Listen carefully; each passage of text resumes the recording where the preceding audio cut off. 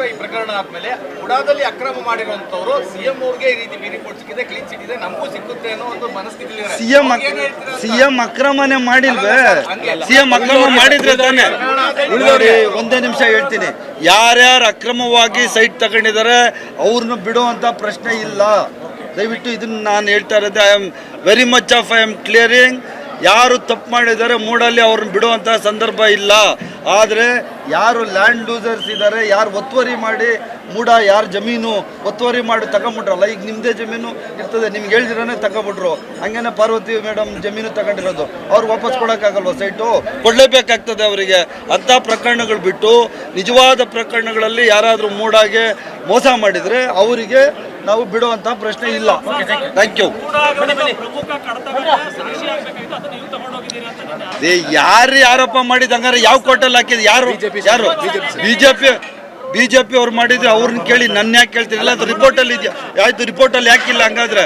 Where is the report? ಈಗ ಯಾವ ಕೋರ್ಟಲ್ಲಿ ಯಾವ ರಿಪೋರ್ಟ್ ಹಾಕಿದ್ದಾರೆ? ಯಾವ ಇಡಿ ರಿಪೋರ್ಟಲ್ಲಿ ಇದೆ? ಯಾವ ಲೋಕಾಯುಕ್ತದಲ್ಲಿದೆ?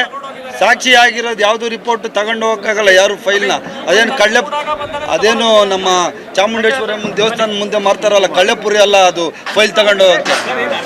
ಅವ್ರ ಮಾತಲ್ಲಿ ಹೇಳಿದ್ರೆ ಅವ್ರಿಗೆಲ್ಲ ನಾನು ಉತ್ತರ ಕೊಡೋಕ್ಕಾಗಲ್ಲಪ್ಪ. ಈಗ ಬ್ರದರ್, ನಿಮಗೆ ಗೊತ್ತು, ಘನ ನ್ಯಾಯಾಲಯ ಎಲ್ಲ ಗಮನಿಸ್ತಾ ಇದೆ.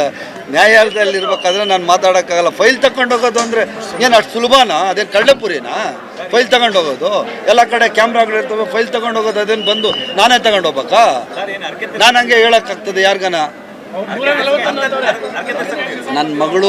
ನನ್ನ ಮಗಂದು ಮದುವೆ ಆದಮೇಲೆ ಬರಬೇಕು ಅಂತ ಇತ್ತು, ಅದ್ರ ಪ್ರಕಾರ ಬಂದಿದ್ದೀನಿ. ಮತ್ತು ಅದ್ರ ಜೊತೆ ಅಫಿಷಿಯಲ್ ವರ್ಕು ಇದೆ, ನಾನು ಮೀಟಿಂಗ್ ತಗೊಂಡಿದ್ದೀನಿ.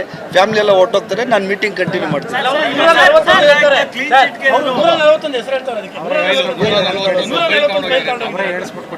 ಅದೇ 141, ಅದ್ಯಾಕೆ 140 ಇಲ್ಲ? ಯಾರು ಎಣಿಸ್ತವನು? ಯಾರು ಅಧಿಕಾರಿ? ಯಾರು ಮೋಸ್ಟ್ಲಿ ನನ್ನ ಪ್ರಕಾರ ಅನಿಸ್ತೈತೆ, ಯಾರು ಇದು ಆರೋಪ ಮಾಡ್ತಾವನಲ್ಲ, ಯಾರೋ ಬಿಜೆಪಿ ಅವನ ಯಾರೋ ಅವನೇ ತಗೊಂಡೋಗಿರ್ಬೇಕು.